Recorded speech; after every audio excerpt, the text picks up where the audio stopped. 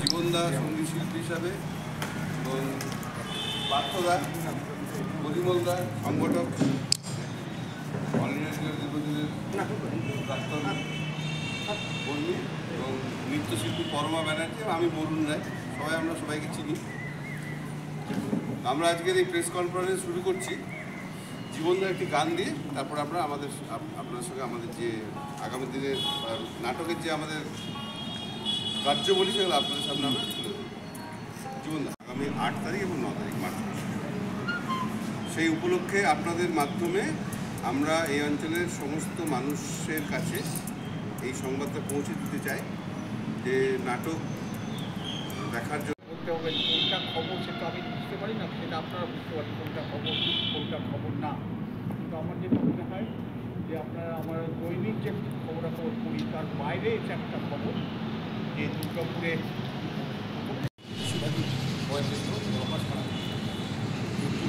সবাইকে নমস্কার। আর সামনে সাংবাদিক বন্ধুরা আছেন, সবাইকে আমার অভিনন্দন।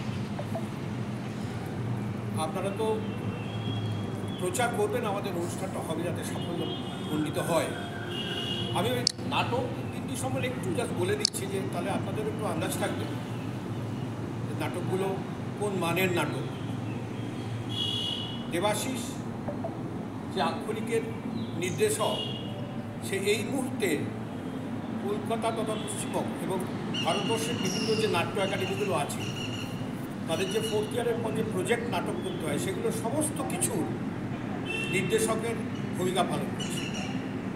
আমি নিজে ওদের ও নির্দেশ দেওয়া 2টো নাটক দেখেছি।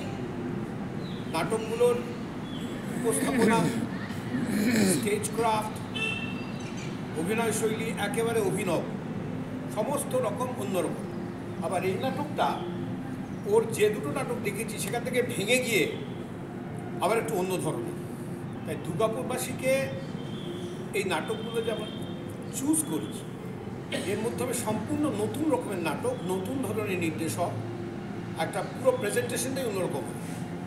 আর নীলপীড়িতের ফুল আমি স্পয়লার দিচ্ছি না, শেক্সপিয়ারের একটি নাটকের বাংলা বা ট্রাইবাল অ্যাডাপ্টেশন। পল্লব ভট্টাচার্য 7 কাহানিয়া, যেখানে থিয়েটার ভিলেজ আছে, ব্ল্যাক বক্স, উনি চালান, ওটার নির্দেশক। ওদের কাজও অসম্ভব ভালো, আমি দেখে এসেছি নাটকটা নিজে যখন ওরা প্রথম করেছিল। অসম্ভব সুন্দর প্রেজেন্টেশন, এগুলো লিখবেন আর কি।